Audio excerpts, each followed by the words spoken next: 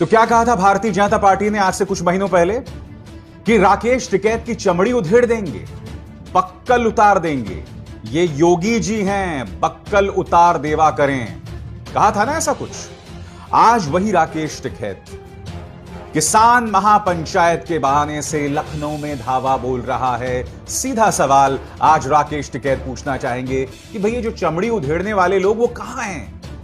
देखिए, इसलिए बड़े बुजुर्ग कह गए हैं कि बड़बोलापन नहीं करना चाहिए। देखिए तो उस तस्वीरों में देखिए आप राकेश टिकैत को किस तरह की प्रतिक्रिया इस वक्त लखनऊ के अंदर महापंचायत में मिल रही है।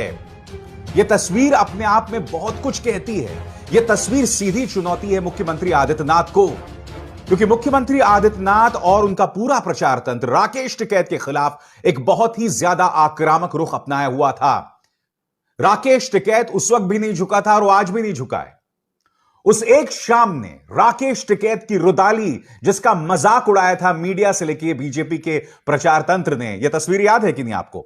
उस एक रुदाली ने इस पूरे किसान आंदोलन की दिशा और दशा बदल गई थी। एक रुदाली यह थी और दूसरी रुदाली संसद के अंदर। यह रुदाली देखिए, जब गोरखपुर से सांसद और मौजूदा मुख्यमंत्री आदित्यनाथ संसद के सामने रोए थे कि किस तरह से राज्य सरकार, जिस वक्त मेरे ख्याल से उस वक्त मुलायम सिंह यादव की सरकार थी, मुझे टारगेट कर रही है, मुझे बचा लो, क्या एक सांसद को नहीं बचाया जाएगा। और यह रुदाली उस शख्स की थी दोस्तों जो कि गोरखनाथ मंदिर के महंत भी हैं, सांसद भी हैं, और बावजूद इसके वो इस तरह से रो रहे थे। क्योंकि मैं उस वक्त लोकसभा की प्रेस गैलरी में था और मेरे होश उड़ गए थे कि कोई एक सांसद इस तरह से बच्चों की तरह क्यों रो रहा है। महोदय, मैंने अपने जीवन से संन्यास लिया है अपने समाज के लिए। मैंने अपने परिवार को छोड़ा है, मैंने अपने माँ बाप को छोड़ा है, लेकिन आज मुझे अपराधी बनाया जा रहा है महोदय, केवल राजनीतिक पूर्वाग्रह के तहत। केवल इसलिए क्योंकि मैंने वहां पर भ्रष्टाचार के मामले उजागर किए थे, क्योंकि मैंने भारत नेपाल की सीमा पर आईएसआई और राष्ट्र विरोधी गतिविधियों के खिलाफ आवाज उठाई थी और सदन में बराबर उसके खिलाफ सदन का ध्यान आकर्षित करता रहा। मैं वहां पर भूखमरी से हो रही मौतों के खिलाफ प्रशासनिक भ्रष्टाचार को उठाता रहा। इसलिए मेरे खिलाफ महोदय सारे के सारे मामले बनाए गए और बनाए जा रहे हैं। कम से कम मुख्यमंत्री आदित्यनाथ को अपने इस इतिहास को याद करना चाहिए जब वो टारगेट करते हैं। मगर यकीनन दोस्तों, राकेश टिकैत किसानों के बेबाक पने का एक प्रतीक बन चुके हैं। मैं ये नहीं कहूंगा कि वो चेहरा है किसान का, मगर मैं ये कहूंगा कि जो किसानों की बेबाकी से आवाज आ रही है, किसान जिस तरह से मोदी सरकार के प्रोपेगेंडा को धराशायी कर रहे हैं ना, राकेश टिकैत उसका एक चेहरा है, उसका एक अहम पहलू है। मैं नहीं भूला हूं दोस्तों, टाइम्स नाउ में जब उसकी एंकर जो हैं नविका कुमार, वो कह रही थी राकेश टिकैत से कि भाई आप 2007 में कांग्रेस के टिकट पर चुनाव लड़े थे, अब आप क्या करेंगे, अब भी क्या ऐसा करेंगे? तो राकेश टिकैत ने कहा भैया चुनाव आप लड़ लो, आप जो मीडिया हो, आप तो प्रवक्ता हो बीजेपी के, चुनाव आप लड़ लो। और यही बेबाकी हम राकेश टिकैत की हर जगह देख रहे हैं। वही बेबाकी आज की तारीख में हर किसान में हम देख रहे हैं। दोस्तों, ये वीडियो वायरल हो रहा है जिसमें इस किसान से पत्रकार ये पूछ रहा है कि ये बताइए कि आप लोग वापस क्यों नहीं चले आते? प्रधानमंत्री नरेंद्र मोदी ने आपसे कहा है, आश्वासन दिया है कि 3 कृषि कानून वापस हो जाएंगे। तो वो पलट के जवाब देता है ये बुजुर्ग किसान कि वो भी गुजरात चले जाएं ना, हमें अपने घर भेजने वाले खुद गुजरात वापस चले जाएं। अब वो वीडियो तो मैं आपको नहीं सुना सकता, मगर इसका एक और वीडियो वायरल हो रहा है जो मैं चाहता हूं आप सुने। और मैं इसलिए सुना रहा हूं क्योंकि किसानों का ये ह्यूमर, उनका ये व्यंग्य, इनका ये पंच, ये मोदी सरकार के लिए मुश्किल का सबब बन रहा है। मोदी सरकार ने गलत लोगों से पंगा ले लिया। सुनिए वो किसान क्या कह रहा है। गोदी मीडिया पे किसान कोई विश्वास ना करे। आज गोदी मीडिया से पूछिए, जो कल तक पूरे देश को इन तीनों के काले कानूनों के फायदे गिनाते थे, कल से वो इसको वापस लेने के फायदे गिनाने शुरू कर दिए। तो ये थूक कर चाटना अगर किसी को सीखना है तो गोदी मीडिया से सीखे और भारत सरकार से सीखे। दोस्तों, ये किसान नाराज क्यों, मैं आपको बतलाना चाहूंगा। किसान नाराज इसलिए है और किसान भरोसा इसलिए नहीं कर रहा है क्योंकि अब भी भारतीय जनता पार्टी के तमाम नेता कह रहे हैं कि बाद में हम ये कृषि कानून फिर से लाएंगे, क्योंकि किसान को तो कहा गया है ना कि हम तीनों कानून वापस ले रहे हैं। आपकी स्क्रीन पर राजस्थान के गवर्नर, दोबारा आ सकते हैं कृषि कानून, तो उत्तर प्रदेश में बोले राजस्थान के गवर्नर कलराज मिश्र। राजस्थान के राज्यपाल और बीजेपी के नेता रहे कलराज मिश्र ने कहा है कि भविष्य में सरकार दोबारा कृषि कानून ला सकती है। उत्तर प्रदेश के भदोही में उन्होंने कहा कि केंद्र सरकार ने कृषि कानूनों पर किसानों को समझाने की कोशिश की, लेकिन वे नहीं माने, इसलिए सरकार ने कानूनों को वापस लेने का फैसला किया है। लेकिन आगे इसकी जरूरत पड़ी तो सरकार फिर से इन्हें दोबारा बना सकती है। भदोही में उनका बयान दोस्तों आप देख सकते हैं। उन्होंने कहा कि हमने समझाने का प्रयास किया, मगर अब ये फिर से लाए जा सकते हैं। हकीकत यह है दोस्तों कि भारतीय जनता पार्टी का प्रचार तंत्र पूरी तरह से एक्सपोज हो गया है। एक तरफ प्रधानमंत्री नरेंद्र मोदी देश से माफी मांगते हैं कि मुझे माफ कर दो, मैं ये कृषि कानून वापस ले रहा हूं। दूसरी तरफ उनके नेता लगातार इस तरह के बयान दे रहे हैं, क्योंकि कलराज मिश्र कोई छोटे मोटे आदमी नहीं है।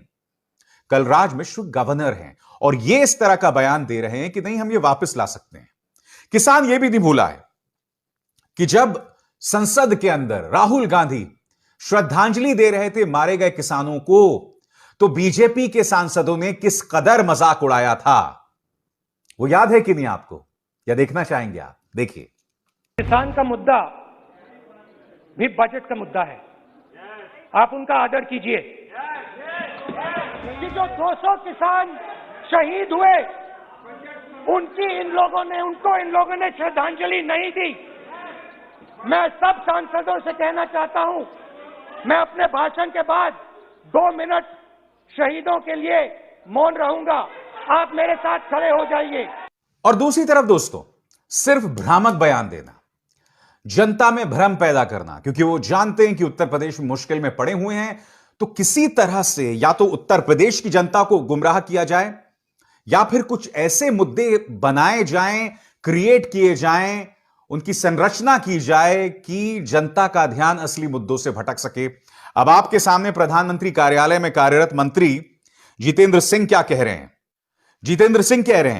जितेंद्र सिंह ने कहा, जिस नेतृत्व ने धारा 370 को खत्म करने की क्षमता है, वो पाकिस्तान के अवैध कब्जे से पीओके को फिर से हासिल करने की क्षमता भी रखता है।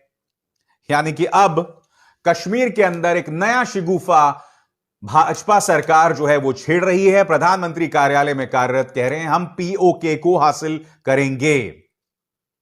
मगर मैं कुछ और पूछना चाहता हूं दोस्तों, पाकिस्तान को लेकर तो आप में हौसला आ जाता है, मगर चीन को लेकर चूं क्यों निकल जाती है? आपके सामने देश के रक्षा मंत्री, यहां पर वो पाकिस्तान का नाम ले रहे हैं, बट जब चाइना की बारी आती है तो चीन शब्द मुंह से नहीं निकलता है। पिथौरागढ़ में राजनाथ सिंह का बयान, अंग्रेजी में बयान है, मैं उसका हिंदी में अनुवाद करूंगा। पाकिस्तान पूरी कोशिशें कर रहा है भारत के अंदर शांति भंग करने की, मगर हमने उन्हें स्पष्ट संदेश दिया और हम पलट के वार करेंगे। यह नया और ताकतवर भारत है। तो पाकिस्तान का नाम लिया उन्होंने पिथौरागढ़ में।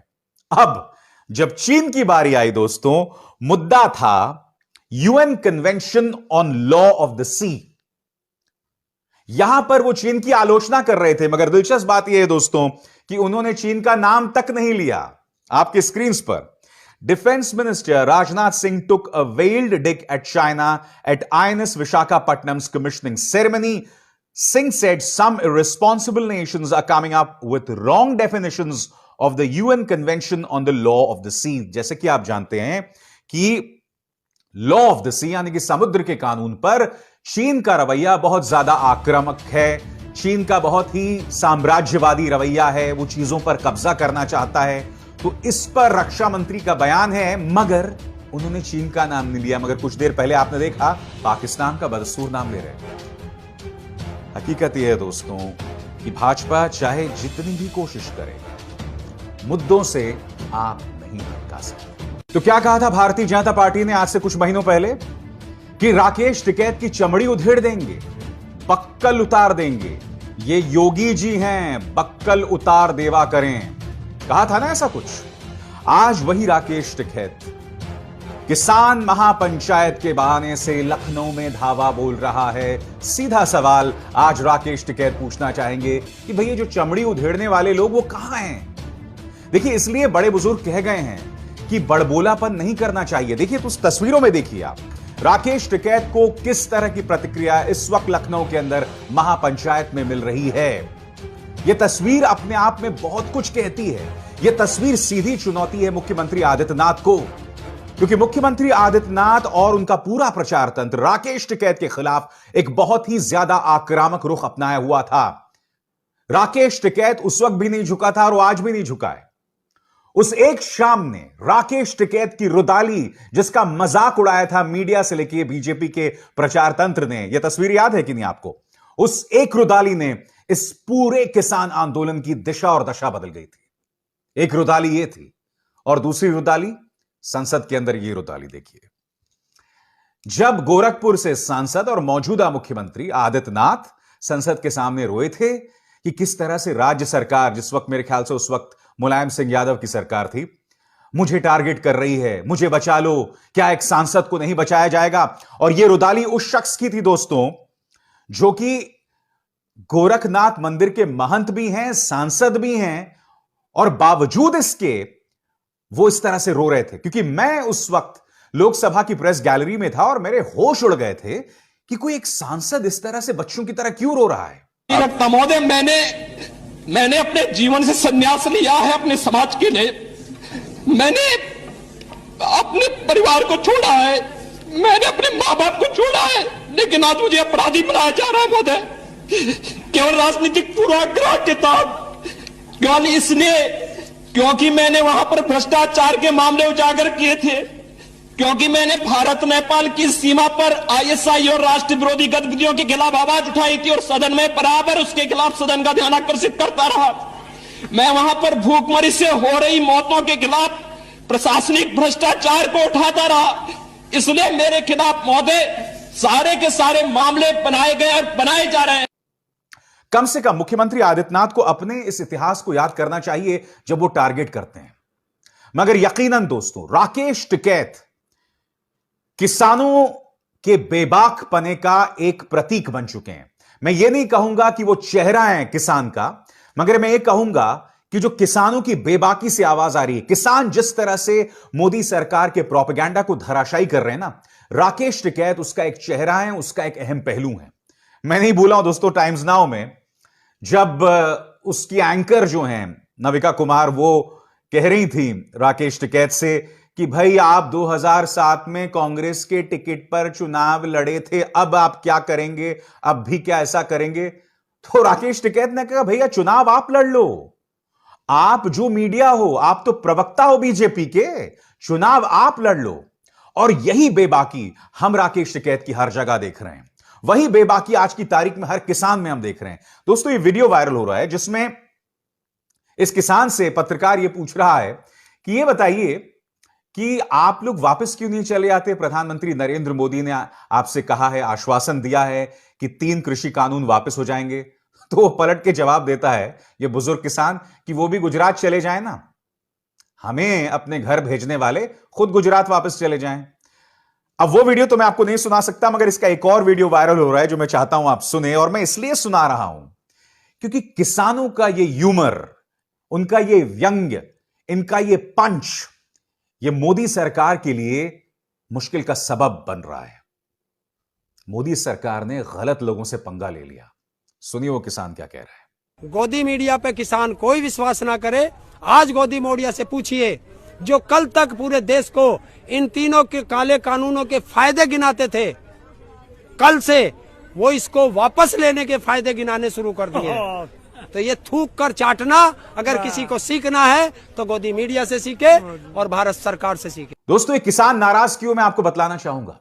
किसान नाराज इसलिए है और किसान भरोसा इसलिए नहीं कर रहा है क्योंकि अब भी भारतीय जनता पार्टी के तमाम नेता कह रहे हैं कि बाद में हम ये कृषि कानून फिर से लाएंगे, क्योंकि किसान को तो कहा गया है ना कि हम तीनों कानून वापस ले रहे हैं। आपकी स्क्रीन पर राजस्थान के गवर्नर, दोबारा आ सकते हैं कृषि कानून, तो उत्तर प्रदेश में बोले राजस्थान के गवर्नर कलराज मिश्र। राजस्थान की राज्यपाल और बीजेपी के नेता रहे कलराज मिश्र ने कहा है कि भविष्य में सरकार दोबारा कृषि कानून ला सकती है। उत्तर प्रदेश के भदोही में उन्होंने कहा कि केंद्र सरकार ने कृषि कानूनों पर किसानों को समझाने की कोशिश की, लेकिन वे नहीं माने, इसलिए सरकार ने कानूनों को वापस लेने का फैसला किया है। लेकिन आगे इसकी जरूरत पड़ी तो सरकार फिर से इन्हें दोबारा बना सकती है। भदोही में उनका बयान दोस्तों आप देख सकते हैं। उन्होंने कहा कि हमने समझाने का प्रयास किया, मगर अब ये फिर से लाए जा सकते हैं। हकीकत यह है दोस्तों कि भारतीय जनता पार्टी का प्रचार तंत्र पूरी तरह से एक्सपोज हो गया है। एक तरफ प्रधानमंत्री नरेंद्र मोदी देश से माफी मांगते हैं कि मुझे माफ कर दो, मैं ये कृषि कानून वापस ले रहा हूं। दूसरी तरफ उनके नेता लगातार इस तरह के बयान दे रहे हैं, क्योंकि कलराज मिश्र कोई छोटे मोटे आदमी नहीं है। कलराज मिश्र गवर्नर हैं और ये इस तरह का बयान दे रहे हैं कि नहीं, हम ये वापस ला सकते हैं। किसान ये भी नहीं भूला है कि जब संसद के अंदर राहुल गांधी श्रद्धांजलि दे रहे थे मारे गए किसानों को, तो बीजेपी के सांसदों ने किस कदर मजाक उड़ाया था। वो याद है कि नहीं आपको, या देखना चाहेंगे आप? देखिए। किसान का मुद्दा भी बजट का मुद्दा है, आप उनका आदर कीजिए। कि जो 200 किसान शहीद हुए, उनको इन लोगों ने श्रद्धांजलि नहीं दी। मैं सब सांसदों से कहना चाहता हूं, मैं अपने भाषण के बाद 2 मिनट शहीदों के लिए मौन रहूंगा। आप मेरे साथ खड़े हो जाइए। और दूसरी तरफ दोस्तों, सिर्फ भ्रामक बयान देना, जनता में भ्रम पैदा करना, क्योंकि वो जानते हैं कि उत्तर प्रदेश में मुश्किल में पड़े हुए हैं, तो किसी तरह से या तो उत्तर प्रदेश की जनता को गुमराह किया जाए, या फिर कुछ ऐसे मुद्दे बनाए जाएं, क्रिएट किए जाएं, उनकी संरचना की जाए कि जनता का ध्यान असली मुद्दों से भटक सके। अब आपके सामने प्रधानमंत्री कार्यालय में कार्यरत मंत्री जितेंद्र सिंह क्या कह रहे हैं। जितेंद्र सिंह ने कहा, जिस नेतृत्व ने धारा 370 को खत्म करने की क्षमता है, वो पाकिस्तान के अवैध कब्जे से पीओके को फिर से हासिल करने की क्षमता भी रखता है। यानी कि अब कश्मीर के अंदर एक नया शिगुफा भाजपा सरकार जो है वो छेड़ रही है। प्रधानमंत्री कार्यालय में कार्यरत कह रहे हैं, हम पीओके को हासिल करेंगे। मगर मैं कुछ और पूछना चाहता हूं दोस्तों, पाकिस्तान को लेकर तो आप में हौसला आ जाता है, मगर चीन को लेकर चूं क्यों निकल जाती है? आपके सामने देश के रक्षा मंत्री, यहां पर वो पाकिस्तान का नाम ले रहे हैं, बट जब चाइना की बारी आती है तो चीन शब्द मुंह से नहीं निकलता है। पिथौरागढ़ में राजनाथ सिंह का बयान, अंग्रेजी में बयान है, मैं उसका हिंदी में अनुवाद करूंगा। पाकिस्तान पूरी कोशिशें कर रहा है भारत के अंदर शांति भंग करने की, मगर हमने उन्हें स्पष्ट संदेश दिया है और हम पलट के वार करेंगे। यह नया और ताकतवर भारत है। तो पाकिस्तान का नाम लिया उन्होंने पिथौरागढ़ में। अब जब चीन की बारी आई दोस्तों, मुद्दा था UN convention on law of the sea. यहां पर वो चीन की आलोचना कर रहे थे, मगर दिलचस्प बात यह है दोस्तों कि उन्होंने चीन का नाम तक नहीं लिया। आपके स्क्रीन पर defence minister Rajnath Singh took a veiled dig at China at INS Visakhapatnam's commissioning ceremony. Singh said some irresponsible nations are coming up with wrong definitions of the UN Convention on the Law of the Sea. जैसे कि आप जानते हैं कि law of the सी यानी कि समुद्र के कानून पर चीन का रवैया बहुत ज्यादा आक्रामक है। चीन का बहुत ही साम्राज्यवादी रवैया है, वो चीजों पर कब्जा करना चाहता है। तो इस पर रक्षा मंत्री का बयान है, मगर उन्होंने चीन का नाम नहीं लिया। मगर कुछ देर पहले आपने देखा पाकिस्तान का बदसूर नाम ले रहे हैं। हकीकत यह है दोस्तों कि भाजपा चाहे जितनी भी कोशिश करे, मुद्दों से आप नहीं भटका सकते।